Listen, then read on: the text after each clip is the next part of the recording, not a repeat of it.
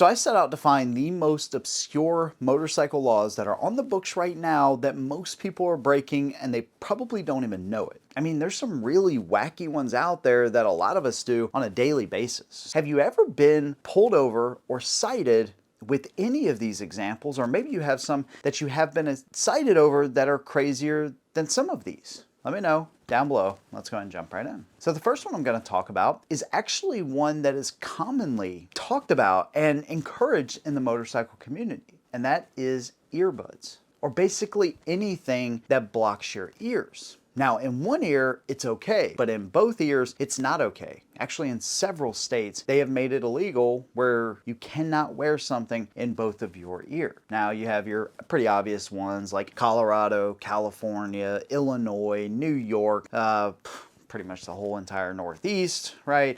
You also have states like Florida, right? And Virginia. There's quite a few of them that actually have made this illegal. Now, the reasoning, of course, is, oh, well, you're not going to be able to hear any kind of sirens, emergency vehicles, and that's pretty much the biggest reason. They say it's kind of unsafe. If you have earbuds, right, so AirPods or whatever, then that can be an audible distraction, according to some of these states. Wired or wirelessly, they consider this illegal. Now, when you're riding down the road, you are actually subjecting yourself to a little bit of hearing damage. Of course, every helmet's a little bit different, but if your ears are unprotected, there is going to be some kind of damage over time. And so there's been a push, for motorcycle-specific earbuds that you can actually wear. But here's like the gray area, I guess. If it's not in your ear, then it can't be considered illegal. So you have like Cardo. By the way, I'm an affiliate with them, so if you like Cardo, use my discount code down below. Very shameless plug because those guys are awesome. But they have JBL speakers on the inside of the helmet, so it's not actually in your ear, hence it cannot be used against you. Aftershocks was another one that I found. It's kind of an interesting design. It actually doesn't go in your ear, it like clips to your ear and then it gives you the sound through your jawbone. But again, it doesn't block your inner ear. It doesn't go in your ear. Now you may say, well, when is this ever, when is a cop ever going to pull me over? How the heck would he even know, especially if I have a helmet on? They're not, right? So rarely is this going to be like enforced by itself. But if you get into an accident, they examine your helmet or you and they see, oh, he had something in his ears that was creating a distraction. It is something they could possibly tack on. So just something you want to keep in mind. There's some really great options out there. To me, Cardo is like the best brand. Not only do they offer just incredible sound, but also features like on the new one that will call for help for you in case you ever do have an accident, or maybe even like aftershocks. I have no experience with that brand whatsoever, but it seems like a pretty cool idea. It looks super comfortable, and technically it ain't breaking any laws or rules. And of course you could go with speakers that mount to your handlebars, and stuff like that. But if you want to keep it in your ear, these may be some good options. Just keep that in mind though. If you ever have an accident, they may use it against you. This next one was brought to my attention by a fellow motorcyclist. I'm going to show a little bit of his video and kind of give you some backstory here, but I had no clue that mounting anything, including a GoPro, to your helmet is actually considered illegal in a lot of states. So according to the Department of Transportation, anything that exceeds 5 millimeters attached to your helmet or any kind of protrusion from your helmet is considered unsafe and technically voids that DOT certification. So I saw this video up in New York and this cop was like adamant about him removing that camera from his helmet. Now, what they say is in the case of an accident, right, helmets are designed to absorb as much of the impact and kind of distribute it. But if you have something that protrudes, then the impact can solely be focused in that area, which could cause further injury. The biggest thing I could see with this maybe is like if you have something attached, especially if it's on the side, that could, kind of stick in the ground. Let's just assume you're like rolling and could cause you a lot of issues, right? Could cause some neck movements and stuff that wouldn't be too great. So I do understand that part of it. They also talk about debris, right, that can fly off of your helmet. We've seen plenty of videos where GoPros generally, when they're attached, it's not like a missile or something, but I guess technically it could be an additional thing that could become a projectile, but let's just be honest. I mean, how many parts on cars are going to be projectiles, or even on your motorcycles? So it's one of those things that, like, you just think like, hey, I want to record my ride. Maybe you're a creator, maybe you're not, but I think most people should be recording their rides, you know, especially because if something happens, you get into an accident, you want to be able to prove your side. If you have a confrontation that leads to something further, you want to be able to prove that, hey, you were in the right. Of course, dash cams, all this is very important. So there are some alternatives, but I think California, from what I've seen, is like one of the most restrictive states. They will actually pull you over. I even seen where Georgia is kind of known. I don't know, maybe you guys have some examples of that. Kind of surprised me a little bit. New York, again, this is what kind of brought my attention to this whole thing.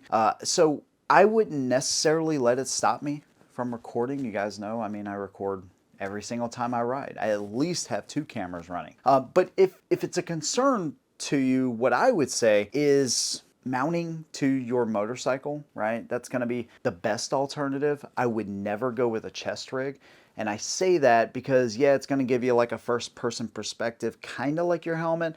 But man, if you're wearing one of those chest rigs with a GoPro and you happen to hit the ground, that is going to be some serious trauma. So that I would actually stay away from. I guess it just comes down to accepting a little bit more risk if you're going to record with your helmet, just understanding that, hey, it could actually cause more damage technically. So that part I understand, but are most people following this? Absolutely not. And what you'll find is, like most of these things we're going to talk about, there's a reason we ride motorcycles.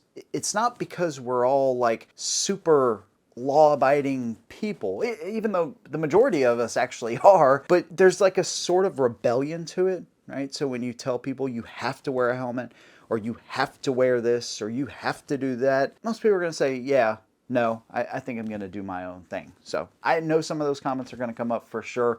I'm with you. I understand it. But I just want to let you know, though, mounting a GoPro to your helmet actually could lead to you getting pulled over or even making a crash a little bit more serious. Okay, here's a weird one for number 3 and 4. We'll start with number 3, which basically says that if you have a passenger seat on your bike, but you don't have pegs to go along with it, technically you're breaking the law. Now, I think I did this with my Lowrider S. I got a separate passenger pillion, and then once I saved up enough money, I put the pegs on. But even if you ride solo with a passenger seat installed, technically some states see this as risky because you can carry a passenger, but if they don't have anywhere to put their feet, then that is not okay. Actually, in states Pennsylvania, New York, California, Virginia, you can actually fail inspections if you do this. And I think that most people are actually going to follow this because if they put a passenger seat on there, it only makes sense to put the pegs along with it. Having your significant other, like, you know, kind of having their legs up, they're just not going to want to ride with you ever again if that's the case. But it can also lead to some civil liabilities, right? So let's say you don't have pegs on there. You guys were out, and you see a girl, you pick her up, right? Okay, fine. You got a seat, you have no pegs, right? She just kind of has her feet wherever. Then you guys get into an accident. Oh, you could be held liable there. I guess there's a chance even that insurance would deny you. So there are some implications there that you probably want to keep in mind. But again, how many riders are actually doing this? I don't know. And here's kind of the workaround too. Like if you have a bobber or you just have a solo seat, then of course this won't apply to you at all.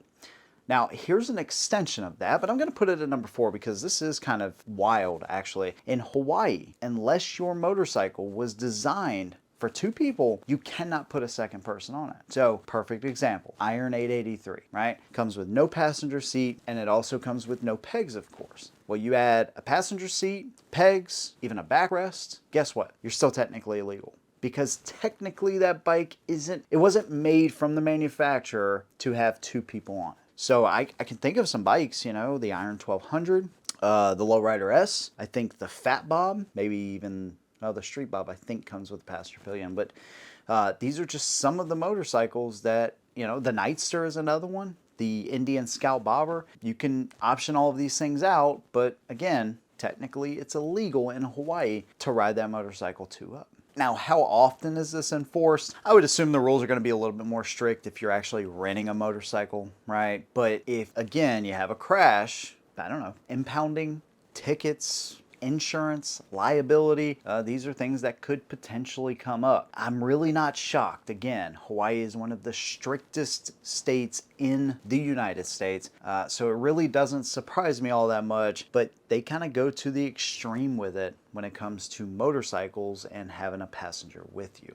By the way, anybody under 7 years old cannot be a passenger on your motorcycle either, in Hawaii at least. So this next one's a little bit weird, but you got to watch the way you park in some cities in the United States. So let's say you have a parallel space as a motorcyclist. There's a couple of different ways you think you can approach this. If there's 2 of you, right, and it's a metered space, you guys pull in together, nice and neat, nobody's sticking out, they can still, I guess, fine you, right? So I don't really park in a lot of spaces where it's metered, but if there's 2 of you, technically one of you is considered like meter hopping, you know, or skipping out on that meter there. So if there's 2 motorcyclists, you got to be in 2 different spaces. Now, from what I understand, this only applies in a few cities, but even like in California, right, there's not a whole lot of motorcycle parking still in the United States. Very few places I go to actually allow motorcycle parking. So let's say you're solo now. You come up to that same space. So you angle your bike like this, and let's say a peg or handlebar or the kickstand even is sticking out beyond that line.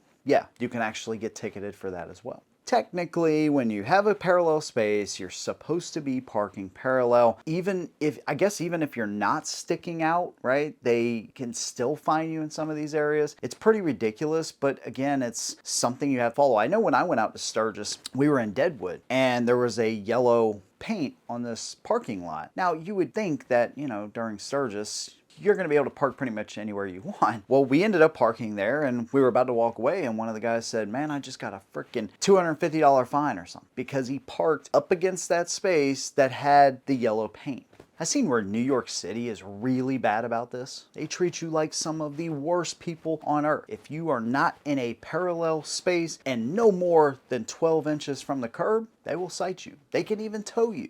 And remember, like if you're parking and you have a lot of hills or you're parking down, this is a terrible situation. I got into this situation a couple of times. One out in Sturgis I've talked about. The other time, riding with a buddy, and we pulled in. I mean, it was a very nonchalant type of parking space. We kind of made our own space, right? But it was just downhill enough where those 850-pound bikes, his is like more like 950, were an absolute nightmare to get out of there. This is another one of those moments where it's like, dude, yeah, you need to back your bike in everywhere you go.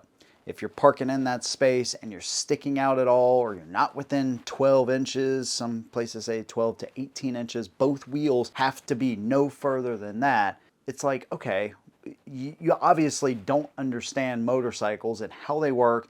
Not all of us are riding Gold Wings where we have reverse. I kind of wish we did, but not all of us are doing that, and so it has to be optimal for us to be able to pull out. Or here's an idea: just make more motorcycle parking. Make it more convenient.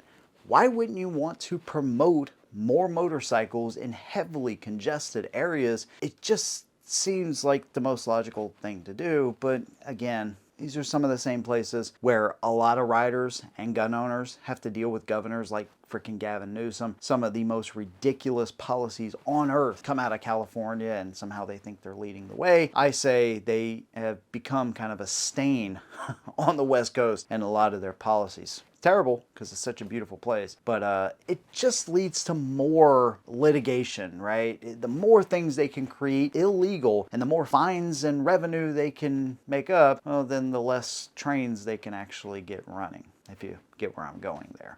It's kind of par for the course for places like California. Okay, this next one goes from like self-explanatory to absolutely off the deep end. So let's say you pop a wheelie. Everybody knows that this can be a misdemeanor, but if it leads to a crash, it could be considered a felony, reckless driving. In Florida, your first offense, $1,000 fine, up to 30 days impound of your bike, and then it becomes felonies afterwards. But even if you unintentionally pop a wheelie, which yes, can happen, this could also lead to reckless operation charges, whatever the cop basically wants to come up with at that point. Wrong place, wrong time. Okay, we all kind of understand that. Surely there's been some examples where people accidentally popped a wheelie, first time on a bike, sensitive clutch. Maybe it was my buddy like in 2008 where he got on my Ninja 650 and accidentally popped a wheelie, not joking, in the parking lot and ended up skidding the Ninja like 150 feet through the parking lot. That bike was kind of sensitive. The clutch definitely was a little hairy, I will admit that. So it happens, okay. But the more ridiculous part, where we go off the deep end, is let's say you stand up on your pegs just for a split second, right? And you're like, hey, I need to readjust.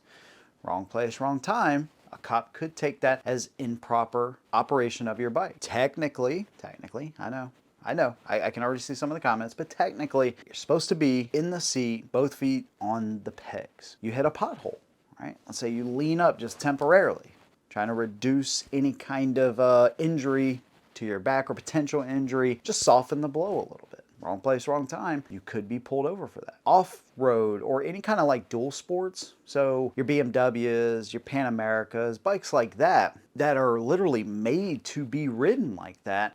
Sure, off-road you can do that, but if you try any of that stuff on the road, again, this can lead to an absolute headache. I get like putting other people at risk for sure is not cool, but still, I guess in places like Georgia, this is one of those areas where they just simply do not play around with any of that stuff. And the last one involves your helmet once again, but this time just because you're wearing it could actually become a problem depending on where you are. So let's say you and some friends, you're like, okay, hey, let's meet at this gas station. You're hanging around, you have your helmet on, and the business owner sees this as a little bit sketchy. They can call the cops.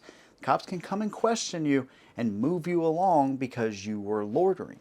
Even walking into an establishment now with any kind of face covering, including a helmet, could be considered suspicious, and if they ask you to remove it and you don't, well, they can actually kick you out for that as well. Quite a stark contrast from just a few years ago where this was kind of a mandatory thing with the whole mask thing, but I digress. Now, of course, there are exemptions for religious reasons and stuff, and you know, ridiculous mandatory things the government actually tells you have to do. Even though everybody knows they don't work. Situations like that, it's okay. But just simply walking into a gas station with your helmet on or hanging out with your friends, waiting on others to arrive, they could see this as a problem. Of course, there are situations, right, where somebody was wearing a face covering or maybe a bandana or a gaiter or a helmet even, and they were in the act of or wanted to commit some kind of crime. All right, these are situations that happen, so I guess I understand it to an extent, but still, I can't tell you how many times I've simply just walked into a gas station with my helmet on because I wanted to grab something really quick and I simply didn't feel like taking it off. So there you go. Kind of a quirky one, but I wanted to end it there. So I'd love to hear from you guys that have actually had interactions with the police or been ticketed, or even worse, impounds based on any one of these 7 or something even quirkier that happened to you. If you guys like this video, maybe I'll make another part to it and cover some more quirky laws out there because I know there's quite a bit. So there you go. Let me know what you think down below. If you like what I do, consider subscribing. See you in the next one. And as always, hold them down.